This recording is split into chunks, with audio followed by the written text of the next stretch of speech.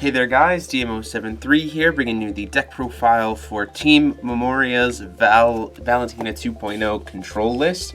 Super strong list. I personally think this is probably the strongest version that I've seen of this side of the triangle for the current meta.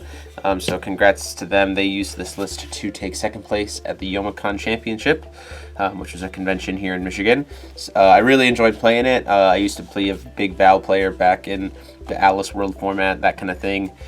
So it's pretty cool to see her kind of coming back. So obviously Valentina, the reason why she has such an advantage against Stealth is because she can just search out Regalia, and so she just gets way more value than they can. You know, you can get those bows out of your deck whenever you need them. They become 4 counter bows when she flips, lots of stuff. So her judgment is 3, 1 blue, 2 colorless. Her ability for 1 blue and 1 colorless is to search your main deck for a Regalia, then shuffle your deck. So super consistent. You can use it as a mana sink and just start pulling out cards. Very good. Then she flips over to Valentina, Overlord of the 7 lands. So when she enters the field, she gets a trigger. When the trigger resolves, you reveal any number of 7 King's Rulers from your sideboard. She gets +1/+1 for each of those, and then she gains all of their names and all of their God's Arts. Which is great because when you have the Regalia out, you can reduce God Art costs when she's a J ruler, and you can do all kinds of manipulation. Plus, she's a 14/14, so you're probably going to reveal all 7. Some people only reveal 4. The one, just the God's Arts they want. I think that there's no real harm in running all 7. And we'll talk more about those when we get there. Moving into the Stone base, we run 4 Rulers Memoria because there's really no reason not to in a deck that runs so many Regalia. 2 red-blue because we want some Fire Magic Stones, and blue is kind of the primary color. 2 green-red because we do run some 2-drop greens. We also run cancel spells, so we still want some green sources. And then 1 black-red and 1 blue-black, just to be able to cast our space-time anomalies a little bit easier, as well as Black Moonbeam, and still have search and a Firestone for the flame traps. Moving into the Resonators, we just run 8. We run 4 Melfees just to be able to help kind of control the board and her fog effect early on to keep us safe, as well as mana ramp. And then 1 of each of the 4 Sacred Beasts to be able to make use of Priscia's God's Art, which is really powerful swing if you can get it to resolve.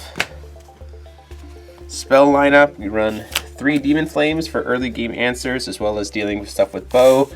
Same thing with 3 Charlotte's Water Transformation magic. 3 Space-Time Anomalies for some J-Ruler hate, some creature hate, as well as some extra draw power. 3 Seal of Wind and Light for the cancels. Obviously, cancel the things that are super important, and you can use Apollo to make this unchaseable. So it's really good for control mirrors. 3 Heavenly Gusts to deal with Barrier of Shadows and other kinds of additions that are a problem, or if you get into a Regalia Storm Off where they have Death Slice and stuff and you want to get rid of them, you can play that. 1 Wind Secluded Refuge to be able to protect Valentina from a Black Moonbeam. A Black Moonbeam of our own to deal with Rulers. And 2 Flame Traps to deal with decks that go super wide or super aggressive. All they have to do is have 4 Resonators. You get to burn the board for 8. This can be super, super helpful, especially if you can resolve this pretty quickly against a Turbo Gwyber and you have an answer for Gwybers. So if they tap out, you burn their whole board and they're left with just Gwybers. Usually if they just have the Gwybers on the board, you can pretty much answer them. So this really helps with that. And then of course, moving into the meat and potatoes of the deck, it's the Regalia. 4 times Artemis Bows. Mainly you're going to be playing these after you flip, so you get the 4 counters so that they can pop 2 stealth cards or just instantly kill anything with flying, which is really good. 2 Leviathan to be able to give Valentina swiftness, as well as reduce the God's Arts as your Melgus. 1 Hydromonica to be able to search any card that you want out of the deck at instant speed and set it up for your next draw. So essentially the situational, like always be able to get what you need. 1 Interdimensional Vessel Apollo. This is to help make your Seals of Wind and Light unchaseable.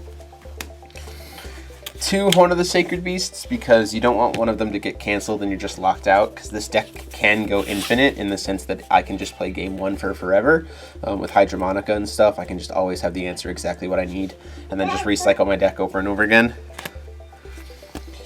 2 Death Scythes to be able to, again, for cards art reduction, being able to steal stuff because I'm Resard and keep Imperishable off the board. And then 1 Maribel as another win con. You can animate it for 3 and swing and get lots of damage in. Protect your Maribel or your Valentina from damage. And you can pop Regalia with it as well, which is really nice. Now the side deck here, they asked me to cover this for you because it's kind of super important. Obviously we play the 7 Kings of the Land for their different gods arts. And then we play a couple other things. So we play a Mikage to help in the feasting matchup, because again, this is in the triangle. This has struggles against feasting, so we use Mikage to help answer that. A Sorrowful Necromancy's Memoria. This is kind of replacement for your Firestone based on the matchup, like in the control matchup. I'll put this in to start RFGing Death Scythes, to start RFGing any remnant cards and get stuff like that out of the way, so that I don't have to deal with them multiple times. A Class G's tank, because again in the control matchup this is just value. You just keep using it over and over and over again, and the value is just too much. Couple of Ice Shackles to be able to shut down rulers that utilize their activate abilities in a lot, plus it doesn't stop you once you've flipped. So you search your Regalia, you jam this out, you flip, and then all your gods are still active, and then later if you need to, once she dies, you can like attach this to something and then keep going. But this helps really, especially against things like Dargalis or other rulers that heavily use their activate abilities, like Mikage too. And then the last 3 spots are kind of flex spots. My locals kind of has a lot of red in it, and so I personally play 3 down the drains. But based on your meta, you can definitely change it for whatever you want. So those last 3, I think, are the kind of flex spots. You can play another Heavenly Gust. You can play another Seal of Wind and Light. You can do kind of whatever you need there. So that's it for the deck profile. Huge thanks to Team Memoria again for hooking me up with the list.